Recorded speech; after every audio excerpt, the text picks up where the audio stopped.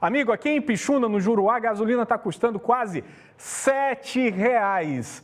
E aí se justifica por conta do frete para aquela região. O Geraldo acabou de explicar. A gente sabe que tem frete, né, minha gente? Nós sabemos. Para chegar gasolina e gás de cozinha lá no Alto Juruá, custa um pouco mais. E cadê o governo que não entra com uma política de preço específica para a nossa região? Porque é muito diferente. É muito diferente uma atividade econômica na região amazônica, na calha do Juruá, para uma atividade econômica na Grande São Paulo, por exemplo, ou em municípios do interior de São Paulo. Todos, praticamente todos, ligados por algum tipo de rodovia, por estrada. Fácil de chegar, que é uma beleza. Tem menos curva que o rio Juruá, que é considerado o rio com maior curvas do mundo. Olha, se a gente não entender, e assim, de maneira generalizada, digo o Brasil, que na Amazônia a situação é peculiar e requer uma governança diferenciada, a nossa população vai ser sempre fadada a conviver com a miséria, com o desemprego e com a pobreza, principalmente nos interiores, onde infelizmente as benesses da Zona Franca de Manaus não chegam. Vamos em frente, falando de gasolina, que não está fácil para ninguém. Gasolina cara, e aí a gente tenta economizar. Eu faço o que posso para economizar. Coloco uma proporção de álcool, uma proporção de gasolina. Aí quando faço as contas que nem fiz hoje, vejo que não está dando muito certo. Estou rodando a 9 quilômetros por litro, já estou pensando em mudar de ramo, meu amigo, que o negócio não está fácil. Mas a economia é possível, de uma forma ou de outra. Diz o Meike Farias, né? Que está com um especialista e vai nos dizer como economizar a gasolina para tentar, de alguma maneira, fazer sobrar dinheiro no bolso, Meike. Exatamente, Amaral. Muito bom dia para você, para todo mundo que está acompanhando o Jornal do Amazonas, primeira edição. Amaral, papel e caneta, os antigos e os novinhos, já pega o celular, já prepara ouro, porque a gente está falando de como se evitar o consumo, como se evitar o gasto com combustível acima da média. Você sabia que muitos hábitos contribuem para isso? Para isso, quem vai passar esses detalhes é o professor Ricardo Hipólito, que é responsável, supervisor responsável pela parte mecânica automotiva aqui do Serviço Nacional da Indústria, o Senai, da Cachoeirinha, da minha amada Cachoeirinha. Bom dia, professor, tudo bem? Bom dia, Meike, tudo bem? Então vamos lá, já vamos começar pegando pesado, Amaral. 3 principais hábitos que mais fazem a gente gastar com combustível. Quais são? Bom, Número 1, professor. Primeiramente eu quero dar um bom dia para o Amaral. Bom dia, Amaral. Tudo bem? E vamos lá a dica então. Primeira dica que eu tenho aqui para o nosso ouvinte, usuário de automóvel, é que tenha sempre uma atenção especial redobrada sobre o pneu, a calibragem do pneu do seu veículo. Vamos mostrar, professor? Vamos aqui. Lá, Maurício Martins, nas imagens aqui. Por quê, professor? Por que o pneu?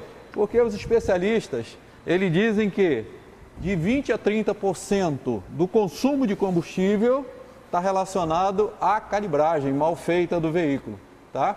Então, um pneu descalibrado, ele pode consumir de 20% a 30% a mais. Do que o combustível que seria usado para aquele deslocamento. Por que isso? Porque um pneu descalibrado, um pneu com pouco ar, ele vai aumentar o arrasto. Aumentando o arrasto, ele vai aumentar o peso.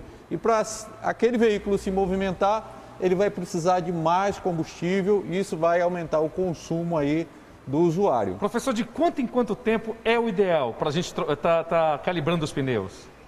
O ideal, como o fabricante recomenda, é que a cada 15 dias ou no máximo um mês, eu comento um aparelho de calibração. Pode ser o borracheiro, né? Um borracheiro ou um posto de combustível que tenha o calibrador e faça a calibração. Agora a pergunta importante é qual a calibração? Qual é a pressão que eu devo utilizar naquele pneu? Temos que estar atento ao manual do fabricante, porque geralmente quando compramos o veículo vem um manual do fabricante e nesse manual vem a recomendação. Professor, já foi o pneu, vamos para a próxima, levante aqui comigo. Vamos lá, professor Ricardo. A segunda dica é a manutenção do veículo. A manutenção do veículo é super importante. Na manutenção do veículo, a manutenção preventiva, o fabricante recomenda que, além de trocar o óleo do motor, eu verifique também filtro de ar, que é esse elemento aqui que eu vou mostrar para vocês agora. Ok. Como podemos ver aqui, ó, é o elemento de papel que ele retém as partículas sólidas, ou seja, para que entre ar puro, apenas ar para dentro do motor, para não comprometer a vida útil.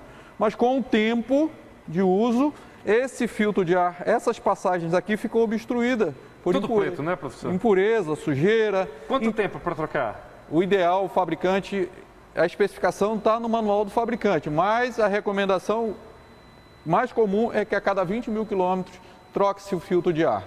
A cada revisão, 20 mil quilômetros. Além do filtro de ar, o que mais? Mas uma coisa que temos que ter atenção, se eu rodo, ou seja, se aquele motorista, se aquele veículo roda em estrada que tem muita poeira, muita terra, ou seja, muita impureza, ele tem que reduzir isso em 50% a cada 10 mil quilômetros. Ok. Tá? Qual é o segundo vilão em relação ao carro? Segundo vilão também é que na manutenção preventiva eu preciso trocar também o filtro de combustível, porque é ele que retém as partículas sólidas do combustível. Lembre-se, apenas as partículas sólidas. As impurezas que tem no combustível que são líquidas vai passar, vai para o motor, vai comprometer aqui o motor. Mas a partícula sólida, para evitar estragar o bico injetor, comprometer a vela de ignição e o próprio motor, o ideal é que a cada 10 mil quilômetros troque-se o filtro de combustível. Professor, vamos por mito ou verdade? O que seria o terceiro maior causa? Hábito que a gente tem, que não faz e aí por conta disso a gente gasta mais? O terceiro maior causador do consumo de combustível, excesso de peso no veículo, porque às vezes o condutor ele anda com excesso de peso e ele quer que o veículo consuma a mesma quantidade de combustível, e também a questão da dirigibilidade, como aquele motorista dirige o veículo. Se o trajeto é pequeno, o motorista quer acelerar ao máximo e frear repentinamente quando chega no farol, logicamente para ele se deslocar, nesse deslocamento ele vai gastar mais combustível porque ele precisa de um deslocamento rápido. Então a condução econômica é que você vá trocando as marchas suavemente, ou seja, passou a primeira marcha, quando o veículo começar, você sentir que a rotação do veículo está muito alta e coloca a segunda marcha, ou seja, as marchas têm que ser escalonadas. Ok. Muito obrigado. Então tá aí 3 dicas importantíssimas, Amaral. Só que ele passou muitas outras, por exemplo, uma que é importantíssima que eu queria repassar rapidinho para você. As pessoas falam em relação a etanol e gasolina. O professor disse o seguinte: vai só mesmo num combustível. E o etanol, Amaral, aquela suspeita que a gente tem, realmente é verdade. O etanol acaba evaporando melhor, então para você ter um consumo melhor, é melhor você utilizar um carro a gasolina. É isso, mestre? Na hora do consumo? Você tem que comparar. Os especialistas falam que tem uma proporção entre o etanol e gasolina. Ou seja, a quilometragem que eu vou andar com aquele carro, porque os preços são diferenciados, tá?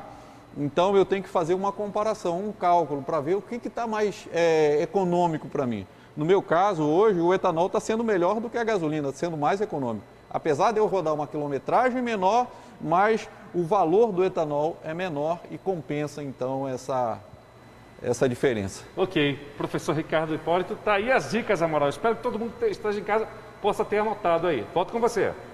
Valeu, Meik Farias, bacana Obrigado, demais. Obrigado ao professor também pela participação, sempre elucidativa e eu misturando gasolina e etanol. Rapaz, esse negócio tá brincadeira não. A gente vai tentando, né, Meik? Vai experimentando, vai que dá certo. Enquanto isso, o telespectador participa também, fazendo lá os experimentos dele.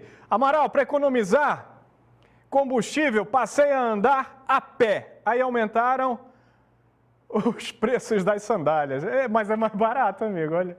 É mais barato, a sandalinha boa daquela de dedo é mais barato. Na hora de fazer uma bela de uma caminhada, quando a distância é curta, vale a pena. Curta, 5 km dá para ir, que é uma beleza, né? Participa com a gente também,